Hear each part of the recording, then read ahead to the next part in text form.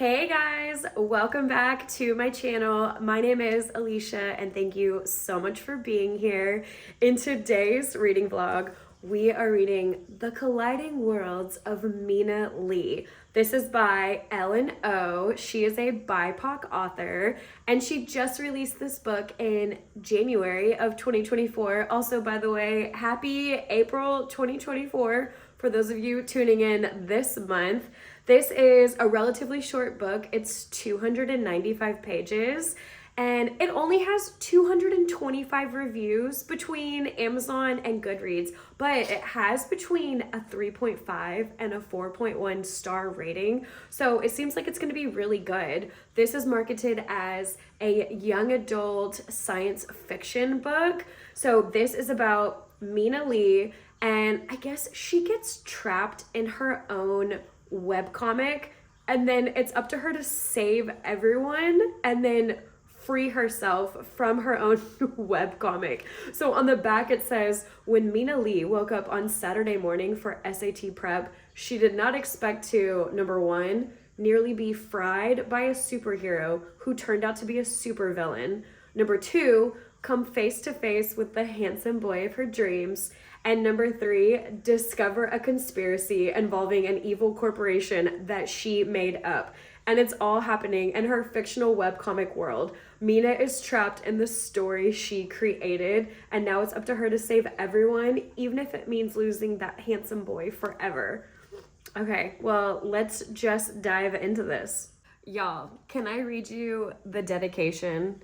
This book is dedicated to Diet Coke, because I can't make it a day without you, you monster. And of course to my family, whom I adore, but mostly to Diet Coke. To set the scene, Mina is a Korean American teenage artist, and it's her first day of senior year, and she's in Washington, D.C., standing outside of her high school in the pouring rain while her friend yells at her to get inside because she says they're gonna drown to death if they stay out there. Apparently, Mina is a fantastic artist. It's all one of her classmates in art class can talk about.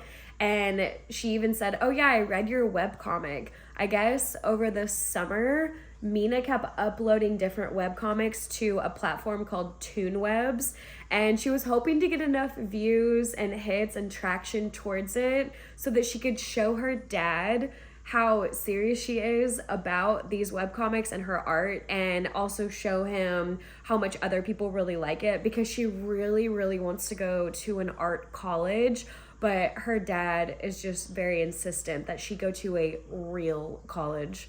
Hello vlog. It has been 2 days since I last checked in with y'all, and I had not picked up this book at all besides the little bit that I had read, but I was reading a little bit this morning, and I don't know this author's writing, Ellen O, but I hope she doesn't write the main character to be so overly dramatic. I mean, okay, I know she's a teenager, and I love young adult novels. Emma Lord wrote Tweet Cute, and that's my favorite YA ever. So I really want to like this book, but I'm only 2 pages in, and I don't like the way that Mina Lee, the main character, is talking. This is on one page. On one page for a whole conversation back and forth between her and her friend, she says, I am a sardine packed tight into a smelly tin can of death. Then her friend says something, and then Mina says, I am a bunny rabbit caught in the coils of a deadly python. Then her friend says something, and then Mina says, I am a salmon swimming against the current into the gaping jaws of death. It's so dramatic. And then of course her friend says, listen, can you save your existential crisis for exams? Exams. It's literally the first day of senior year, so they're not having exams anytime soon, but I hope it gets better. I hope it gets better. Okay, so we know in the synopsis that on Saturday morning she's got SAT prep. So as we're going through her first day of senior year, she's with her girlfriends, and she was with some of them in art class. Now she's with more at lunchtime, and they're all just talking about where they're gonna go to college. And Mina is an artist. I mean, look, she's holding her little I almost called it a Kindle, her tablet right here in the cover. She really wants to go to college to pursue art, but her dad is very anti that. And she just keeps saying, I don't know what to do. Do I follow my dreams, or do I do what my dad wants me to do and be a good little Asian daughter? So she's kind of in a conundrum right now. Mina creates these web comics. I guess that's what they're gonna keep calling it. It even says it on the synopsis, web comic. But I guess it's more along the lines of, if you've heard of manga, which is Japanese, and remember Mina's Korean, so it's called manhwa. So this is more manhwa. And she uploads them to, it's kind of like our version of Wattpad. It's called Webtoons. She uploads all of her comics to that, and then she just, she tries to get people to read them. It's all for free, and the whole point is to get likes and comments and just really get yourself out there as an artist and as a writer.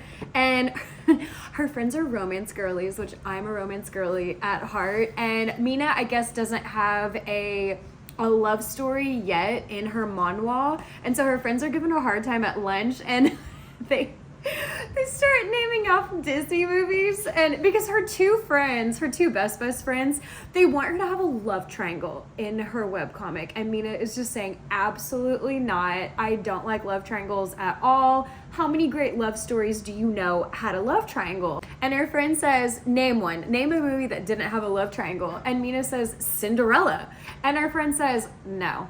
The stepmother and her daughters. The stepmother plots to destroy the relationship in order to have one of her ugly daughters marry the prince. And then her other friend says, yeah, that definitely counts. It's a love triangle. And Mina says, okay, what about Mulan? And her friend says, first of all, Mulan was not a romance. And secondly, Mulan's grandma had the big time hots for Shang. And then Mina says, okay, what about Snow White? And her friend says, please, that girl was living with 7 men. That's not a love triangle. That's a love constellation. They're really honing in that they need Mina to have a love story or a love triangle in the next episode of her webcomic.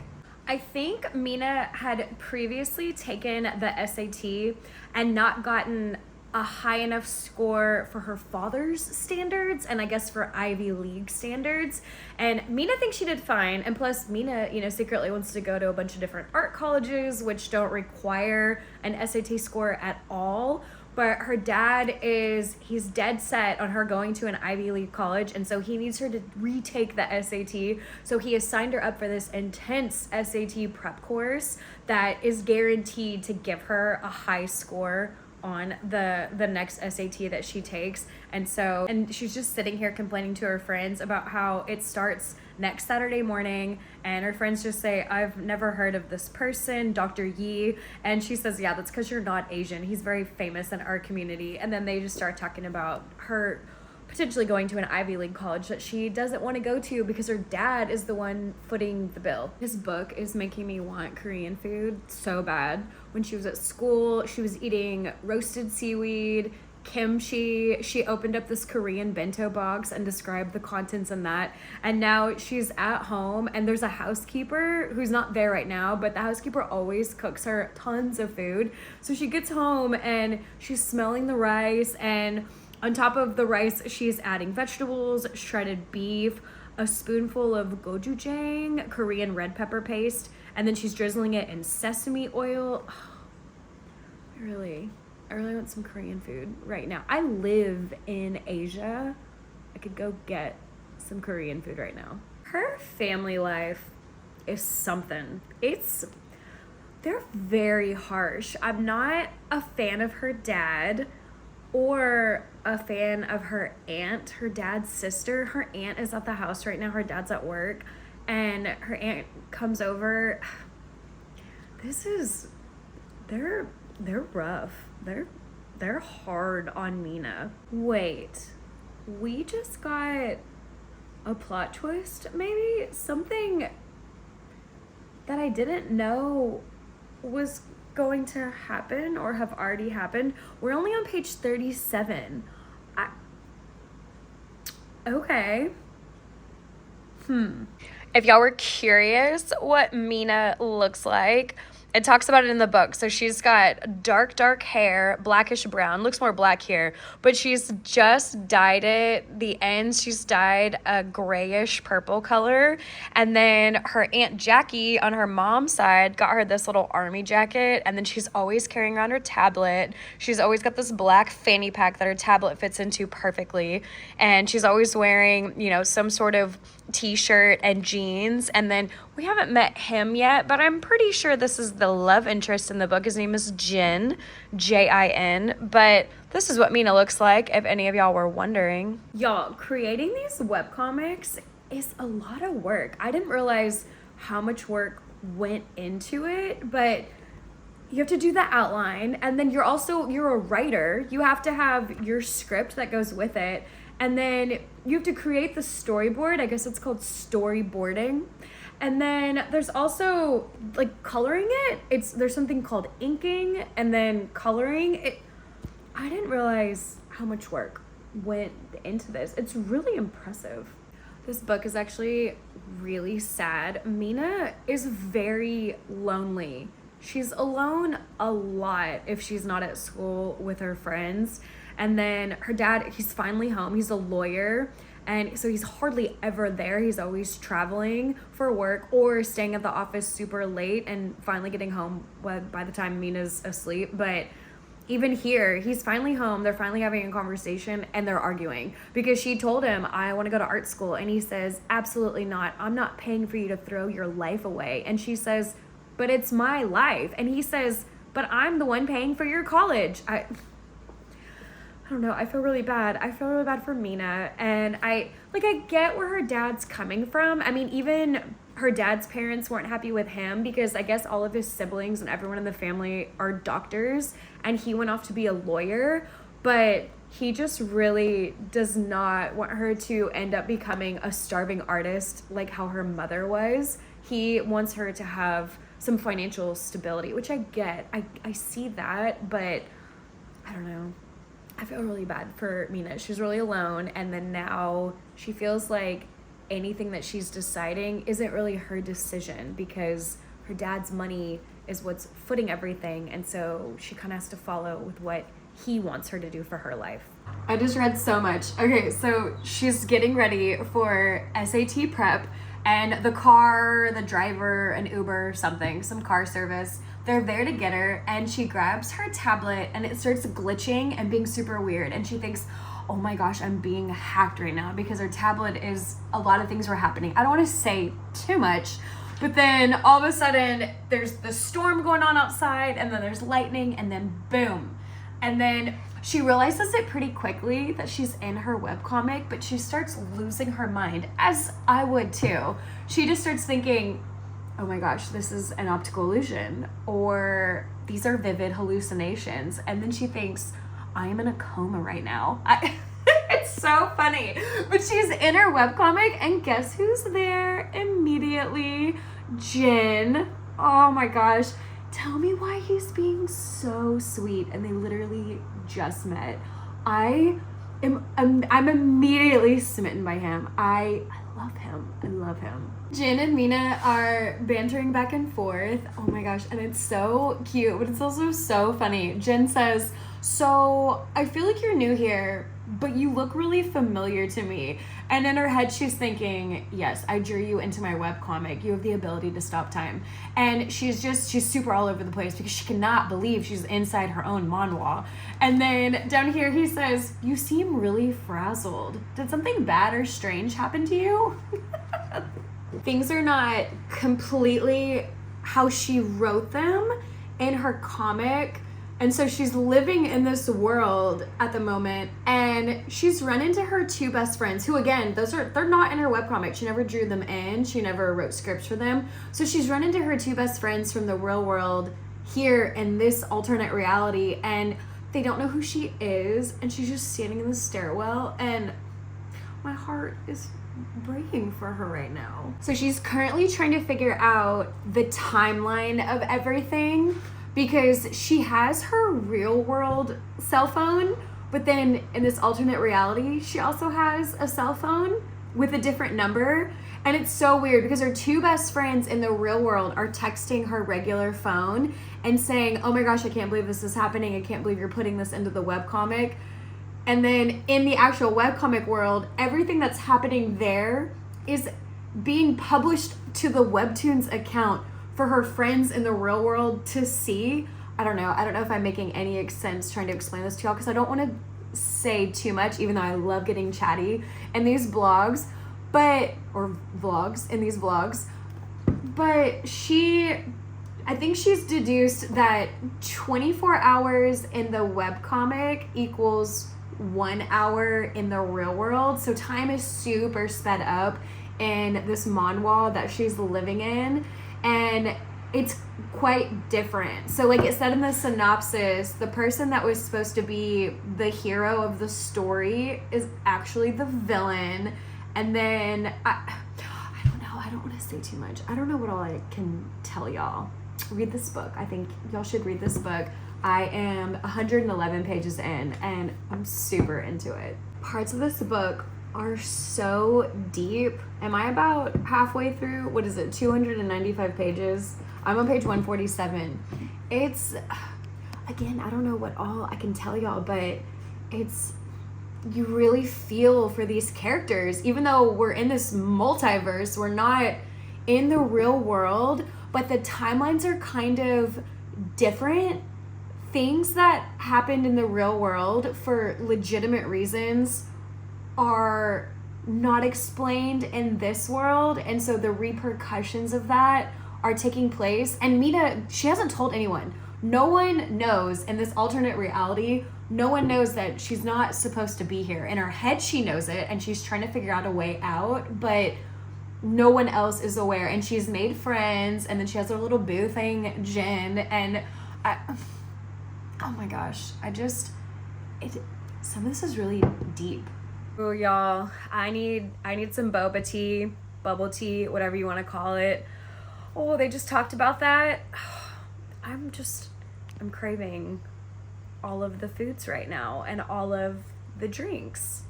The homecoming dance is coming up, and Jin asked Mina to be his date to homecoming. Oh, so precious. Oh my gosh, that was really precious. They are, okay, I want to say it's insta-love, which I usually don't like, but this is done in the cutest way. It's, oh my gosh, I just love it. Sorry I keep using the words cute and precious, but I am loving this. And then at the end of the chapter, Mina's thinking, how will I be able to say goodbye to him? First of all, girl, you are trapped in your own webcomic. I don't even know how she's falling in love right now. That would be the furthest thing from my mind, but regardless, it's happening, and he's invited her to homecoming, and okay, let's see where we go. She has been in this world for 9 days at this point. I don't know how she's not bawling her eyes out, crying, screaming. I would be losing it. She's handling this very well. She's also discovered some things that she can do on her tablet to kind of write the future, and she can only delete what has happened in the last 60 seconds. So there's a lot going on that she's not writing, and anytime it's something really bad where someone is about to die, because remember, there's like villains and superheroes and whatnot, she can erase what happened in the last 60 seconds. But it's very interesting. And I don't remember, did I tell y'all, I don't know if I told y'all everything that was going on. So back in the real world, she was writing a webcomic about the gifted. So there's some students at this one particular school that have gifts. You know, like I said, Jin has the ability to stop time. There's a few different, there's healers, there's someone that can create wind. There's one girl, her name is Jewel. She has a calming effect on people. She gets people to just be able to breathe and think the way that they should and not so erratically and with their emotions. But on top of the gifted, there's this corporation owned by this one bigwig villain guy, and he's kidnapping all of the gifted slowly but surely so he can siphon their powers and put them in himself. That's all I'll say right now. But just know that what she was writing in the real world is not completely happening in this webcomic. Things are happening that she did not write, that she didn't even think about. I mean, some of it's pretty cool, and then others are, she's just thinking, what in the, like, what is this? This is not something that was even in my mind. And then remember also, as everything's happening in this alternate reality, all of these things, the webcomics, are getting posted to webtoons in the real world. And so people are loving it in the real world, and even her friends, but they don't realize she's living this. This is happening right now in real time. Mina says something on page 187, and as a teenager or a very young person, we have all thought this way, but I don't know, sometimes you need to take a step back and maybe listen a little bit to your parents, because she's talking to Jen about how she wants to be an artist and she wants to go to an art school, and her dad, it says right here, he wants me to have a more stable career path, work for a big company that has health insurance, that kind of thing. And then she's telling Jen, even if art isn't the most stable job, I would choose doing something I love and enjoy over just making money. Okay, you need to be careful with that. I don't want to get too personal, but I did end up changing career paths after I got my 4-year degree. I ended up doing a job that had nothing to do with my degree, but my job required a degree, so that worked out. But I don't know, people really need to be careful with that. You really need to look into what it is that you're wanting to do long term and where this career could take you long term. I'm a little bit annoyed because her tablet is always dying. For someone that's an artist and wants to do this as a career, and you want to make your manhwas and your webcomics, you would know to keep your tablet constantly charged, because that is literally your job. You always need it. It would be like someone whose laptop is constantly dying, even though that's what they need to do their job. It's getting really annoying. Literally in every chapter, she says, oh, my tablet's dying. Oh, I forgot to charge my tablet. Okay, I'm not going to blame it on the fact that you're 17 or 18 years old, that you're a senior. She's very grown up for her age, but also this is responsibility. I mean, even right here, page 200, I forgot to charge my tablet. Girl, it's getting really annoying. It's always on 8% and 2%, and we're nearing the end of the book. I'm on page 234, and at this point, everyone in the webcomic, they know that she's not supposed to be there, and that has taken a lot of detail and explanation for her to let everyone know this is an alternate universe from my universe back in the real world. But anyways, she's talking to Jen again about her father and how he has these expectations for her, and Jen says, Mina, you created a story that altered an entire world. I think you can change your father's mind. What was that ending? I didn't like the ending. Oh, I didn't like that at all. Okay, I knew going into this that it was considered a young adult science fiction, but it literally has her and a guy on the front cover. And then on the synopsis, it talks about the handsome boy of her dreams and then finding a way to get out of her webcomic and saving everyone, even if it means losing him forever. I did not like that ending. What? There is no happily ever after. I'll just say that. That made me so mad. I was teetering between a 3 and a 4 star. I was thinking this would be a 4 star, but wow, that just, I don't want to say that knocked it down. I don't want to knock it down just because of that, but I mean, that's very misleading. I really thought, I think I'm going to give the book 3 stars. Whatever. But anyways, thank y'all so much for coming along on this journey with me, and I will see y'all in the next reading vlog. Bye.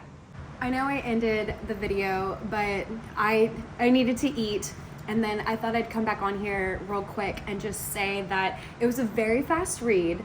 I read this book extremely quickly, which is great. It's just under 300 pages. It's 295 pages, but I don't know, there was something that I was lacking. There was just something that I wasn't vibing with. And I honestly thought throughout the book that I was going into a reading slump, but I think it was more, I just wasn't 100% interested in this book. I enjoyed it, but I think maybe if I wasn't recording, I might have DNF'd it. I don't know, I was starting to get bored. We spent a lot of time in the alternate world. Most of the book takes place in the alternate world, and just all of the, I don't know, I guess all the shenanigans that she's getting up to, which I should have been interested in reading. I wasn't fully invested in it. And then I'm just so frustrated at the romance subplot. I mean, come on, he's on the front cover and he's mentioned twice in the short synopsis. And then they don't get their happily ever after. So anyways, I just wanted to come back on here real quick after I was done eating and just explain. I mean, she's a great author. Ellen O is a great author. I don't think this book was for me. And it was mostly, I would say, in between a 3 and a 4 star. Maybe a 4 star if they had got their happily ever after, but I don't know. But also, it was putting me in a reading slump. I was getting really bored throughout it. I don't know. I'm gonna stick with a 3 star. But anyways, I just thought I should come back on here and explain that to y'all real quickly. But okay, well, have a good rest of your day. Bye.